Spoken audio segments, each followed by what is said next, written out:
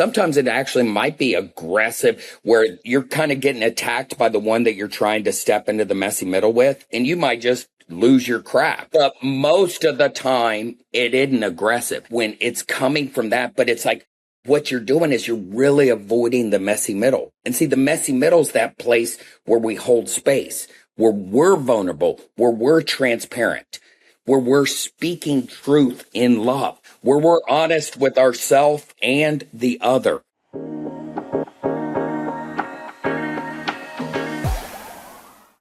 Hey, Shannon. Hi, Chico. Well, my solo episode just came out. And so now we both have a solo.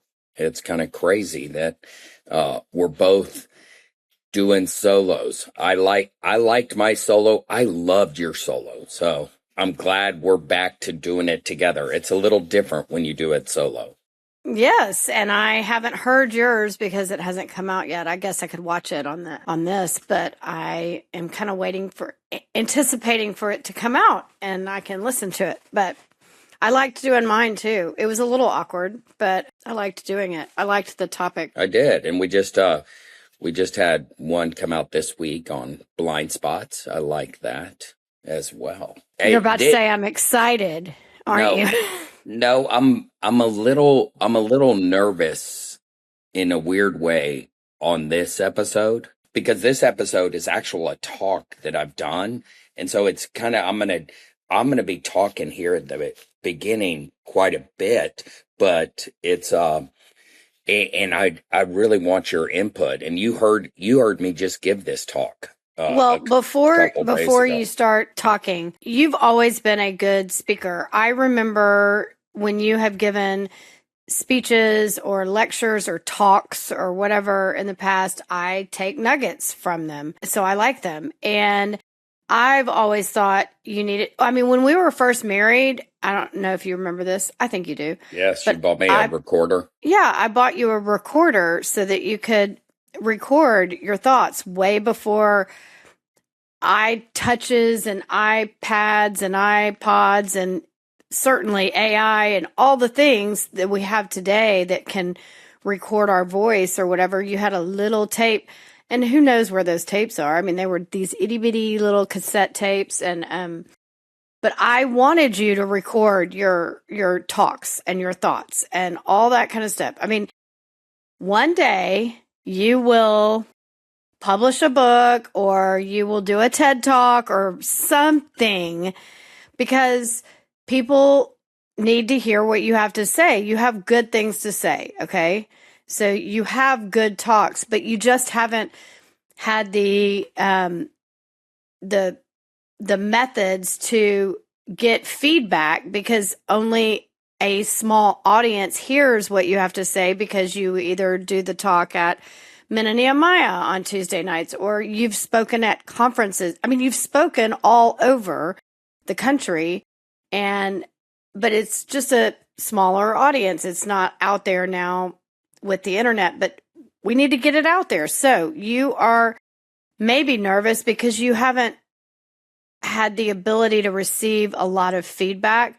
So if you have feedback on this episode, please give it. And I want that for sure. But what I was going to say about my nervousness is I do like to talk, and I really thank you for acknowledging that. I love getting up in front of people and talking, and it's not about performing. I know it's not about performing. But what it is, you know me, I use my hands. I like to move around. I do all that. I'm stationary today. So the nervousness is I can't get up and, hey, go over here.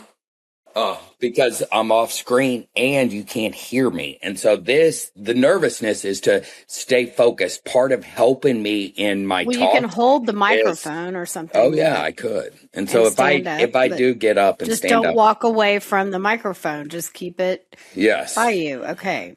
Yeah. So I understand your need for movement, but you can do that a little bit, but just and so that's where I'm just acknowledging being a little vulnerable is like, man, I have gestures and I like to move around and I like to check out the audience. And the only audience right now that I can see is you. And so I know.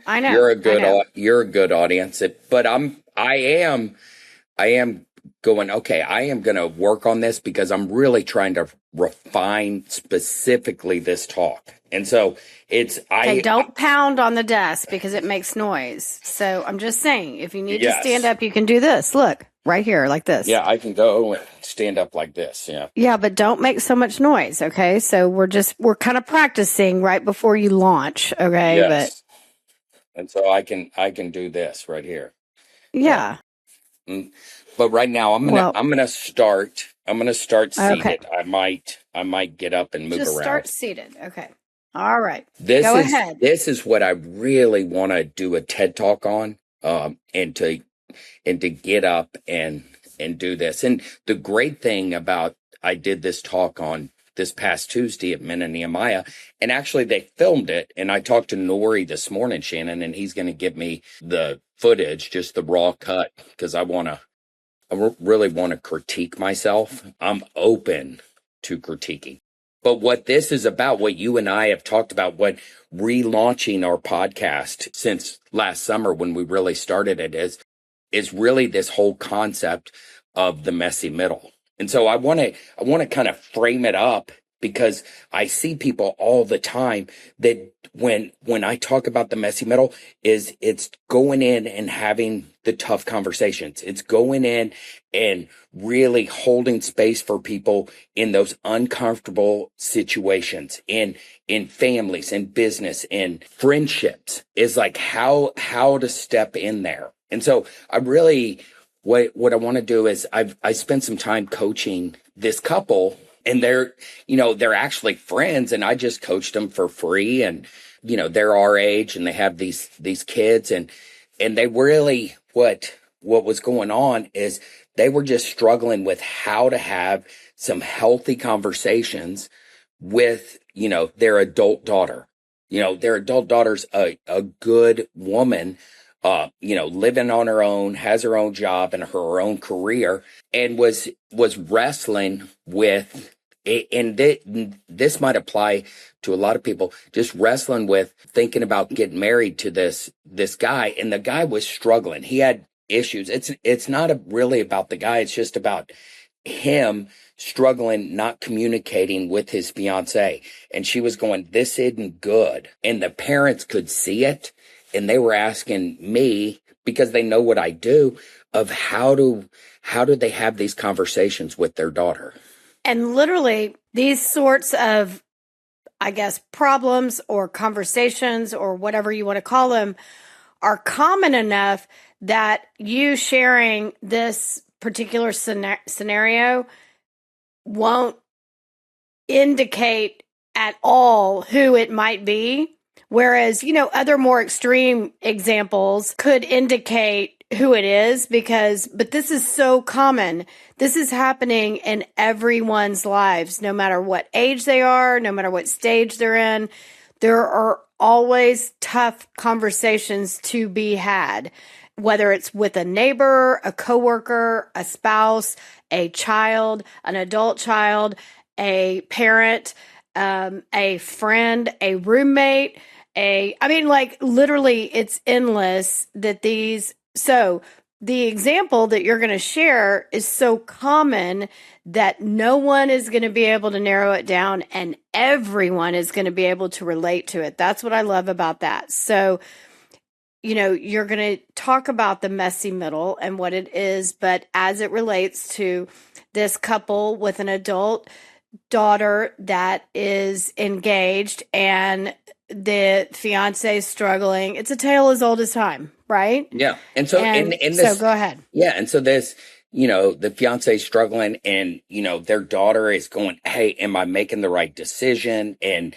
wanting to have these conversations with their parents. She also works, with her mom. And so there is this, and this without uneasiness. there's an uneasiness happening. And so, they reach out to me and, go, hey, what do I do? And so what happens is they're avoiding. And see, what I'm saying the messy middle is that place where we avoid the tough questions, where we avoid the tough conversations, and the two ways that we do the avoiding is passivity or impulsivity. And and I'm going to let you go into that, but I'm going to say before, because sometimes you can kind of get ahead. I mean, when it's your whole talk, you don't get ahead or whatever. But in this scenario, I think we all know as moms that if we're going to enter into that conversation, even though our adult child is asking us for the advice, and if we work closely together or if we're talk on the phone a lot or whatever, we know that whatever we say is probably going to backfire. Well, that's where I was getting. It doesn't. I know you are. I know you are. So I'm just reiterating. You're it's like whatever you say. You're priming the pump. Exactly. Yes. And so, okay, so they're seeking your advice on how to have this difficult conversation because they know, instinctively that it's going to kind of backfire. So you just need some coaching. And so you're saying that generally when we step into these conversations, we fall into one of two categories, and they are repeat that. Yeah. And so one of the two categories, and sometimes we'll vacillate between the two. And so to add a little more context is they had been trying to have these conversations and they were just, duds. They were hitting not walls, landing. Hitting walls. They hitting weren't walls. happening. And so, and then their daughter would reach out to them and, out of her own feelings and struggles would kind of almost attack them. And they're going, what am I doing? And so they reach out, and I really like this couple a bunch. And this is so common. And I shared this with you last night is like, I see most people don't know how to step into the messy middle. And what happens, the two ways that people believe they're stepping into the messy middle is by either being passive. And when we're passive, what we do is we stick our head in the sand. We co-sign the behavior. We agree with them. We avoid, even though we're seeing, the struggles happening, we avoid what's happening and what we see in the observations that are kind of crystal clear to us. In the last episode that came out this week, the blind spots, and we don't talk about those blind spots. And so we do that. And a lot of times that is rooted in our own fear. It's not even about the situation. We've talked a lot about the thing underneath the thing. It's like it's not even about the thing up here. It's the thing underneath the thing. Or we become impulsive. Well, is being passive also just hoping it goes away? Oh, for sure. Hoping they figure it out themselves. Yeah. But we keep repeating that same thing. It's that definition of insanity that you hear a lot in addiction is doing the same thing over and over, expecting but there's a fine line results. Between we know we can't, we just hope it goes away because we know we can't control it. So yeah. Okay. So that's the passive. That's the passive. The impulsive is we get in there, and most people think passive, and then the opposite is aggressive. I really frame it up as this. The opposite is impulsive. Now there might be some aggression in there in that impulsivity, but a lot of times it's fixing, it's controlling, it's trying to solve the problem. It's getting in there and rescuing. It's getting in there. And then what happens sometimes is our addiction stuff will come up, or definitely our codependency. And so that's that place of avoiding the messy middle.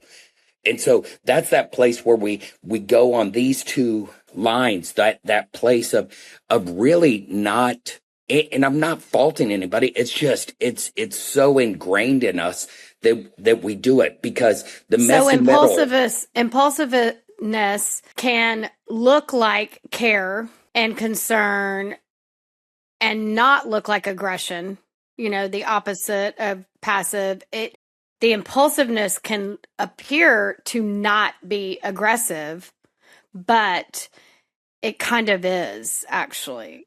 because you're aggressively trying to fix it, or you're aggressively trying to control the Manage narrative, it, manage it. And you so know, that's manipulate it. right. But it's impulsive. It's like, I have to do this today. I have to do this in this hour. I've got to make this phone call right now.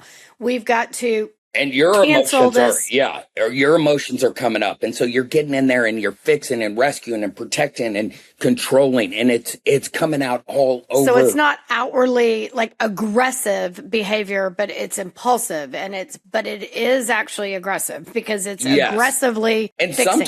sometimes it actually might be aggressive where you're kind of getting attacked by the one that you're trying to step into the messy middle with, and you might just lose your crap. But most of the time it isn't aggressive when it's coming from that, but it's like, what you're doing is you're really avoiding the messy middle. And see, the messy middle is that place where we hold space, where we're vulnerable, where we're transparent, where we're speaking truth in love, where we're honest with ourselves and the other.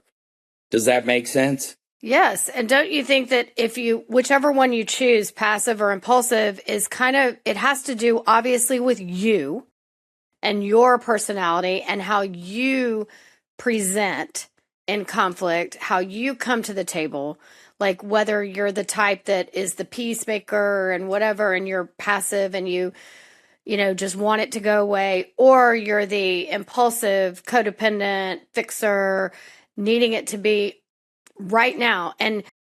But in both cases, it has to do with you and how you show up in the middle, how you come to the middle. Like you picture two sides, and both have to come into the middle in their own way, into the ring, step into the ring, the arena, whatever.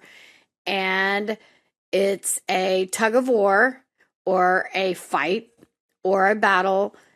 It's messy. It's messy in the arena. It's messy because what's happening is you're having emotions, you're having feelings, but what's the greatest part about it is the messy middle is where actually true growth can happen. And so that place of speaking truth in love, of that place of being honest, being transparent, being vulnerable. But the biggest part, and I like this, the biggest part is getting curious, making observations. See, curiosity is not just about, it's really not about the why questions. It's about really understanding the person and whatever it is that you want to go to in the messy middle. And it's really understanding. And then the biggest thing is really listening to what isn't being said. And that the art of listening to what isn't being said is really that curiosity, is that finding out what's going on with them. Help me understand. Then part of the curiosity is making, some observations in a really non-judgmental, condemning way of just, painting the picture, exposing what we talked about in our episode, the blind spots. And you and I both, put, we're open to hearing what the blind spots you saw in me that I don't see and I saw in you. And so it's like, it's that place of holding space and getting curious, speaking truth in love. But the three masks, Shannon, that I like it is because I came up with this, and then you go, did you Claude this? Did you Chat GPT this? And the three masks that I see where we stay on the opposite, either side, but not get in the middle, with the impulsivity or the passivity. And the mask that I've come up with is the performer, the defender, and the fearful gardener. And so when you think about the performer is truly that mask of approval. And this will drive both the passive person, and it plays right into that passivity. You tell everybody what you think they want to hear. And it also goes right into that performer, that almost impulsive, never admit your own struggle. And it's that place of the lack of vulnerability, and so the performer, it comes from really what Brennan Manning talked about in his book, Abba's Child, and the imposter syndrome. And the performer, the passive, when we're getting into that passive place or the impulsive place, it's truly codependency. And I love what Manning talks about what codependency is. And he quotes John Bradshaw, and he says, codependency is a disease characterized by a loss of identity. And so think about that, a disease characterized by a loss of identity. And when you're codependent, you lose the ability to know what your own feelings, needs, and desires are. And so that's where, if you're being impulsive or passive, you've lost your ability of what your own feelings, needs, and desires are. So you're getting in there fixing, you're getting in there avoiding, you're getting in there because you're so consumed with their stuff.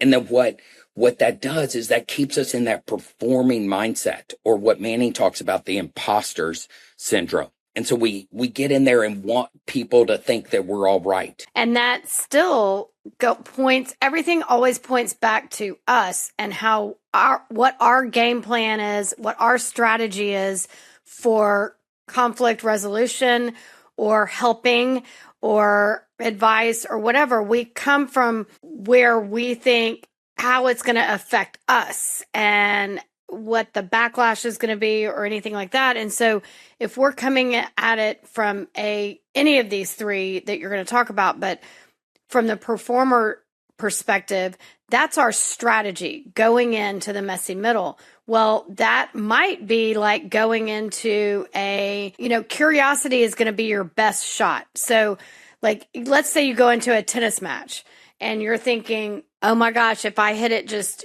straight down the side as hard as I can and it goes in, that's going to be my best shot.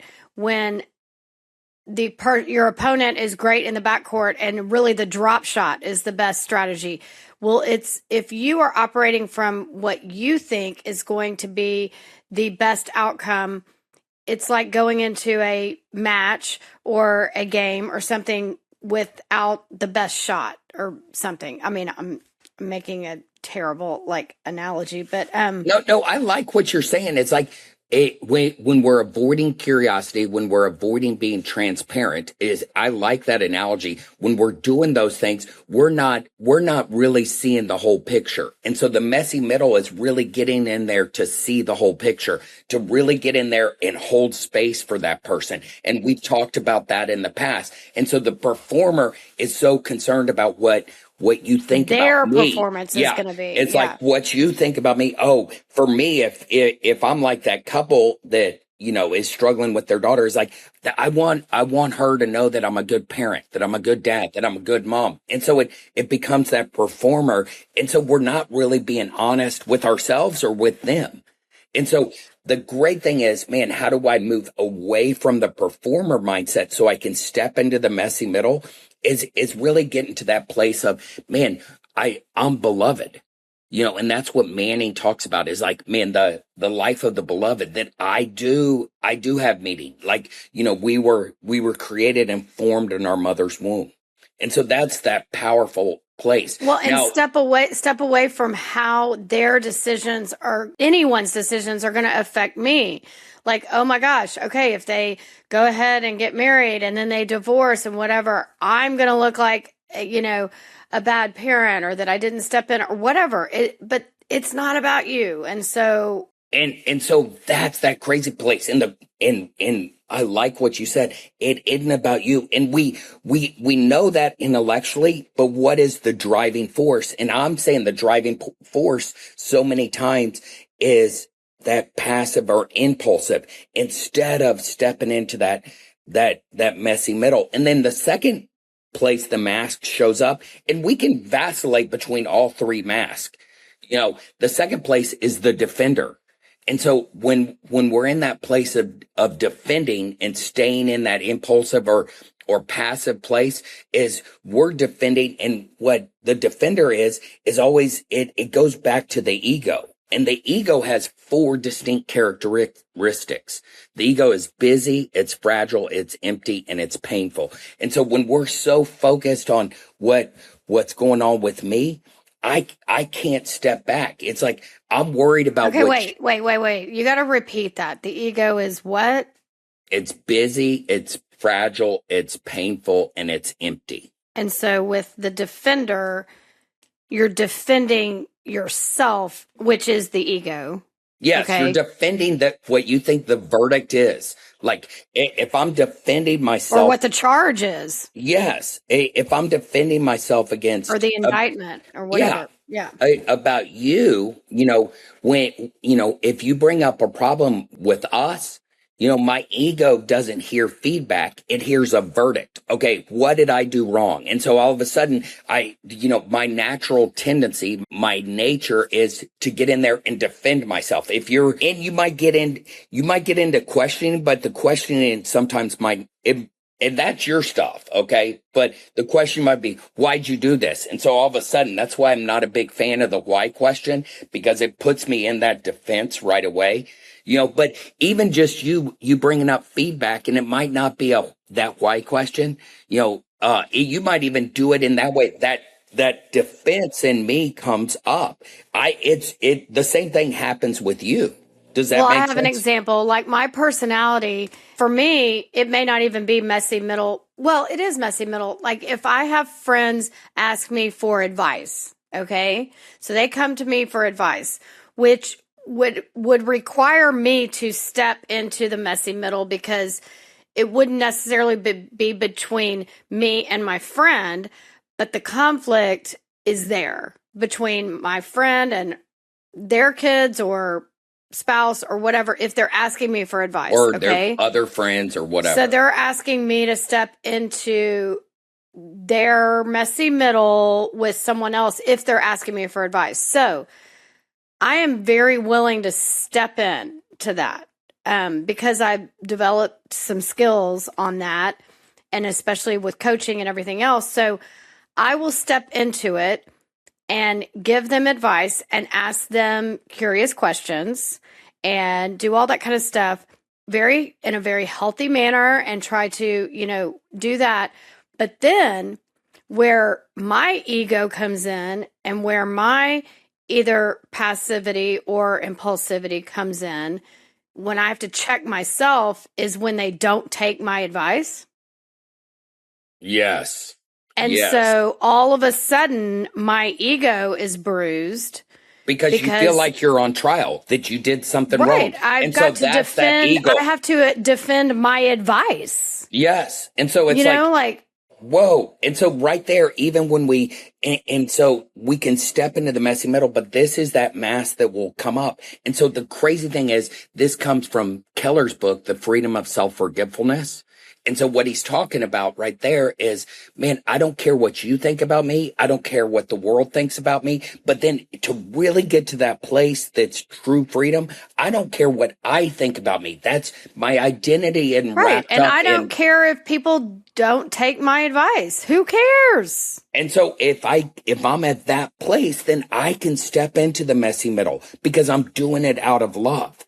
And so it's crazy. Well, I'm always doing it out of love, Yes. But I'm just saying that's where I end up falling out of. I'm not using my best tools by getting curious or being vulnerable, transparent. Right. I go into the finished product. It's like we get into the messy middle. I give the advice. We just, we talk about it. And then I truly want anyone to do whatever they choose to do, but when they kind of blatantly they've pulled you in and you've gone to battle and then they blatantly don't take your advice, I still shouldn't be having to defend the original advice or defend. I don't even need to do that. Write this down because I know you have a pen and a paper right there because I want to come back to this. I don't want to get there yet. You said I always do it out of love. I want to come back to that. I agree with you. Okay. Okay. And so let me go to the third one. The third one is the fearful gardener. And I really like this. The fearful gardener, if I say this, will it ruin everything? And so it's like, man, it's like you don't really garden. If I let go, will it fall apart? And so it's this place of fear of, If I water too much, will it die? If I don't water it enough, will it die? yes. And so it's this fear of fruitfulness is driving both avoidance and over control. And where I really like that is this place that we strive so hard. And so sometimes that fearful gardener, we won't do anything and we'll let it die. And where this comes about, it comes about with my favorite word in the English dictionary. Oh. Yeah. I'm going to tell the funny story about this Yes. word, but Okay. go ahead. Okay. But it comes from Henry Nouwen in his book Intimacy, Fecundity, and Ecstasy in a Spell Christian. that. Go ahead and spell it. So that you know how to. Fecundity. Fecundity. And and it's Fecundity. yes. And so that word, it's an archaic word. And what Nouwen says, it's worth reclaiming because what it really means is fruitfulness or to bring forth life. But see, if we go back to passivity and impulsivity, all of that is driven by fear. When I'm avoiding the messy middle, when I'm wanting to, step in there with those tough conversations with someone or those uncomfortable, and it might not even be tough, uncomfortable, or make observations, or they're even asking for advice, but do they really want the advice and stuff like that? It's a lot of that is driven by fear. And so and what I mean by it's driven by fear, it's we get passive or we become impulsive. That's what's driving us to be passive or impulsive. The messy middle isn't, we avoid it because we're fearful of it. And so what that fearful gardener is doing is like, we're always going, is this going to work? And two ways in which it manifests itself is either being sterile, that passivity, or being productive, that impulsivity. And so sterile is just cutting ourselves off from others, avoiding those tough conversations, but being productive. Our whole premise and what I love about Onsite, it's like kind of a side note. Onsite talks about, let's not talk about what we do. Let's be human beings instead of human doers. But productivity is how we identify people. Oh, Chico, he's a great counselor, or Shannon, she's a great coach, or a great mother, or whatever. It's like we become those doers. Productivity gives us certain notoriety and helps take away our fear of being useless. And so when we're avoiding the messy middle, we become very productive. Productivity, it doesn't need to be despised, but if it's our main way of overcoming self-doubt, we're going to be extremely vulnerable to rejection and criticism and prone to inner anxiety and depression. Productivity can never give us the deep sense of belonging we crave. And so if we're really going to be fruitful, and that's that messy middle place, is we got to be at that at homeness, that we feel safe, that we can have those things. Life is messy. That's why I came up with this concept of the messy middle. It is messy. And so But you can step in and out of it, and which yes, is nice, which is but comforting you because can if be you at this stay in place. it, if you stay in it, you're just stuck. Well, last night you and I went to a 7-year-old's birthday party, and we went there, and the 7-year-old's older sister, and then there were some other families as well. They lost their daughters. There was 3 families that lost their daughters in the floods last summer at Camp Mystic. And so a lot of people are around those parents that lost daughters. And I'm not faulting them. They just don't know how to step into that messy middle and hold space. That's that place of they become passive or impulsive. Oh, I don't want to upset them. Man, there was a huge rainstorm yesterday. There was more evidence that came out the day before, and the year anniversary is getting ready to come up on July 4th. man, they're having a lot of emotions. It's a crappy time. And so it's like you and I both held space for those three families. Well, it's because we have the tools that like Yes. the actual, like when you realize that it's like when I take golf lessons and Trish used to say, just let the club do the work. Just let the club do the work. And I'm like, that doesn't work. I have to grip it as hard as I can, and I've got to whack it, and I have to do the work. And then when I would hit a good shot and the club would do the work, I'd be like, oh, it's amazing. And she's like, it's amazing when it works, when you do what I do. But so when you have the tools like we have, because we have worked on this a lot, to step into the messy middle in a curiosity is the best strategy. Letting the club do the work. You step in and say, how are you feeling? Not the why questions, like, or the why or the, what are the other questions that I love not productive, but not productive. A why question is really the most least productive question. Right. Why are you feeling bad? Well, right, it's coming up on a year my daughter died. Right. I mean, that's just a stupid question. Right. But just being curious and saying, what are you going to do on July 4th? Yeah. Or and then allowing them, yeah. They get to talk about it. They get to say, that's going to be a rough day or whatever. I mean, if you allow, people want to share their pain. Yes, and we got to hold space for that pain, and we got to get to that place and just listen. And as uncomfortable as it is, and I don't want to hone in on that example because I think it's a sacred space right now. It is a sacred space, and it'll always be a sacred space. But yeah. You know what I mean, though. I don't want to use our podcast to break apart all of that because I think it's a secret space right now. When our codependency is, but it's stepping in with the curiosity when you're in situations that get uncomfortable, that start your heart rate up. It's like that couple that has their 29-year-old daughter. When we're codependent, we don't know our own feelings, needs, and desires. So every time you avoid the hard conversation, every time you force it, one of these three is running the show: the performer, the defender, the fearful gardener. And I think you can come up with tools that you have, like going into situations, any situations, as a healthy, emotionally, high EQ person. You can have standard conversations that you want to step in. I mean, a messy middle can be just a dinner party that you don't know everybody. I mean, and it doesn't need to be aggressive. It doesn't need to be passive. But you can learn to just have opening questions of curiosity that work in every situation. Like, how are you, spending your holiday, or whenever you go into conversations? Do you know what I'm saying?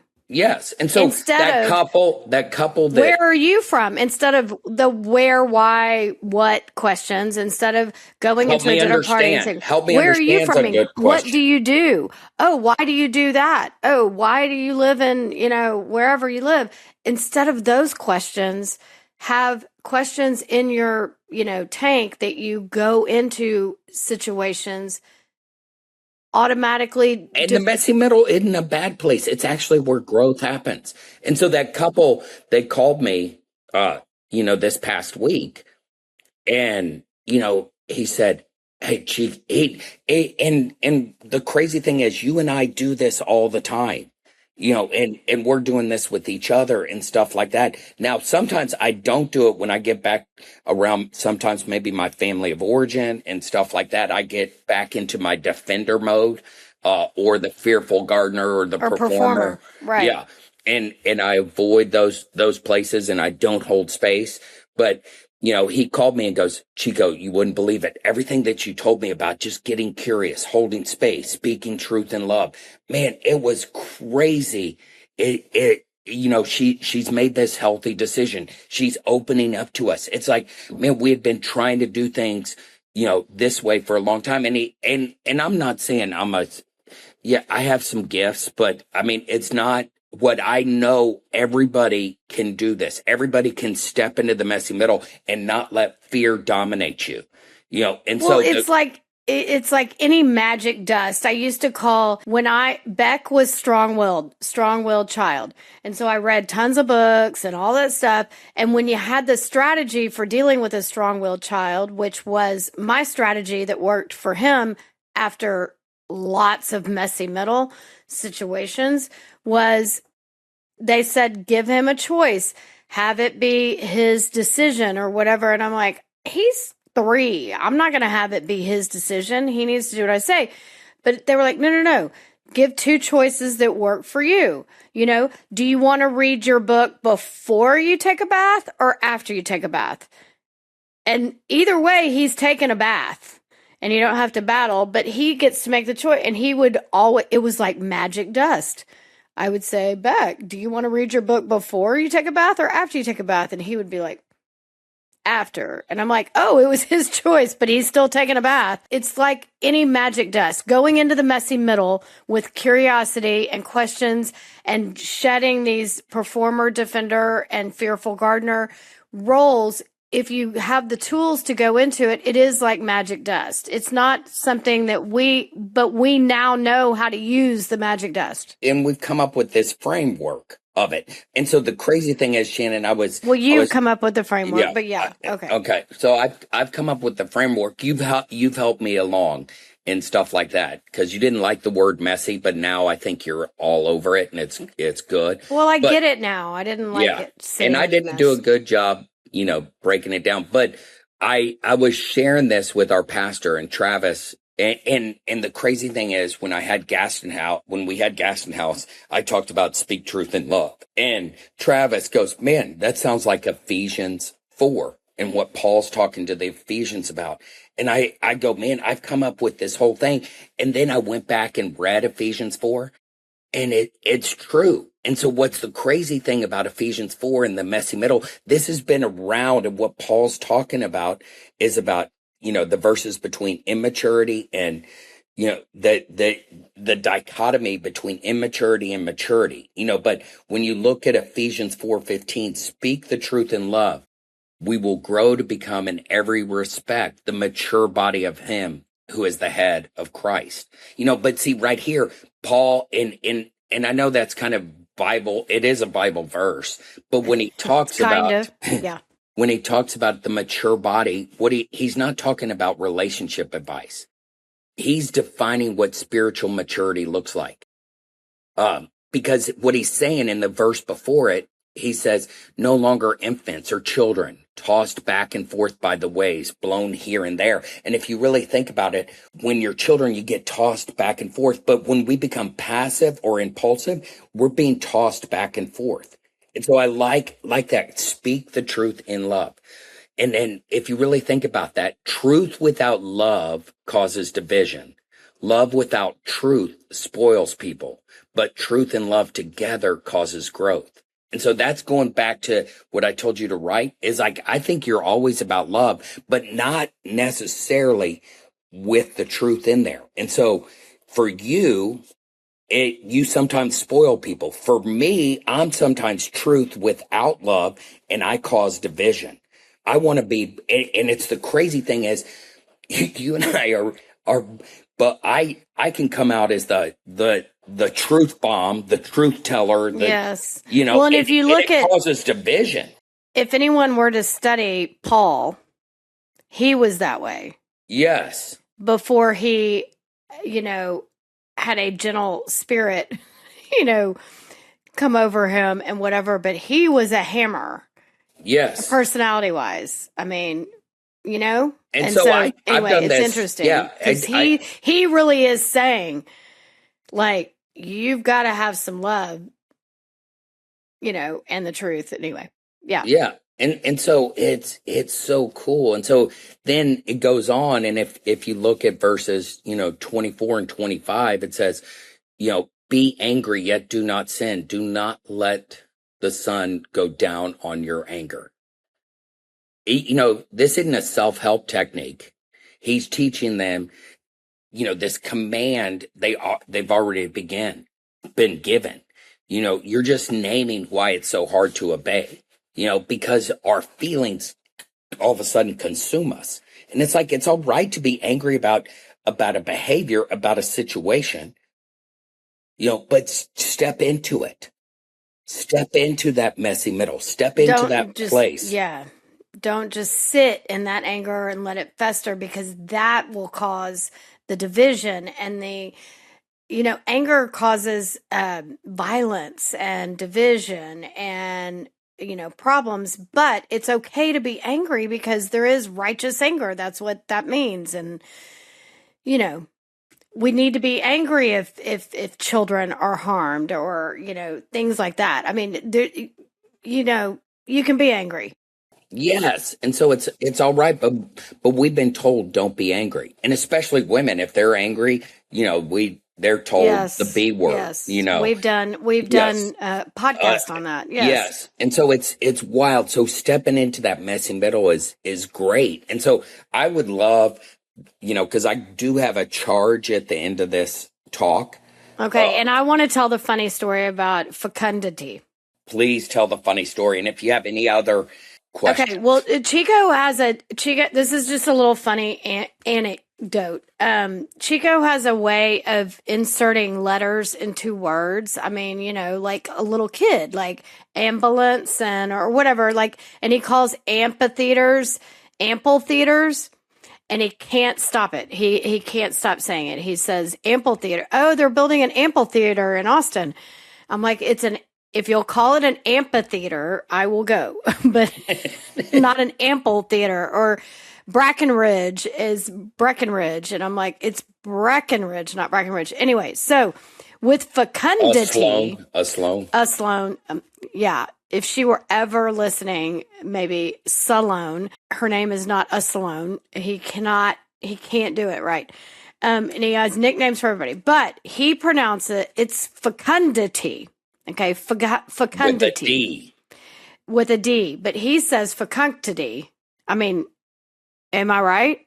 Yes. Yes, okay. I know. I need to change it. It's okay, so we are at dinner the other night with a couple, and then my brother and sister-in-law and my niece and nephew, who are how old? Like 10 and 8 and 12. 8 and 12. Oh my God, he's 12. Okay, so 8 and 12. And so I can't believe Carolina's already 8. But so Chico's telling this story about his favorite word, fecundity, but he pronounces it fecundity or whatever. And so the 8-year-old starts saying, wait, what's that word? And she mispronounces it. And you can only imagine what she mispronounced. I'm not even going to mispronounce it, but it is see you next Tuesday. And she has a little lisp on top of it. Lisp. That makes it more profound. It makes it more the profound. F word. It has the F word and the see you next Tuesday word all in there and whatever. And she keeps repeating it. And I was like, no, stop saying that. Don't say that word. Don't say that word. And Chico said it wrong. Chico said it wrong. but I was like, Chico said it wrong. And she's like, but it's Chico's favorite word. And I'm like, no, it's not his favorite word. Anyway, so back to fecundity. We can talk about it, but we're going to have to change your pronunciation because done. You're right. Anyway, and so that was a little funny anecdote. So you can give your charge now, but so hopefully you'll like what a better breakdown of the messy middle. Because if you listen to the opening of our podcast every week, you'll hear that hey, that's our goal, is to help people step into the messy middle. So when we end this is, man, what I want to really challenge each of you is, there's a conversation you've been avoiding. There's one you've been, having badly lately. Today, don't go home and perform. Don't go home and defend. Don't go home and grip tighter out of fear. Go home and speak the truth in love. That's the messy middle. That's where growth can happen. But go home and try it. Try to get curious. Try to be vulnerable. Try to really work at being transparent, really work at listening, really take a risk and get curious, take a risk and make some observations and Instead see of what asking happens. what, why, where, No, help me who. understand what's going on. Yes. Use other questions. Use other questions, because why questions become a one-way street. And so boom, do that. Help. So get to that place of helping to really listen, getting curious. What's your driver? What are you telling yourself? Those kind of things. And so hopefully this will help. And we'd love to hear, if you've tried those things, if you've messed up, man, that's where we can come in and coach you on that. And right. So, get out of it. yes.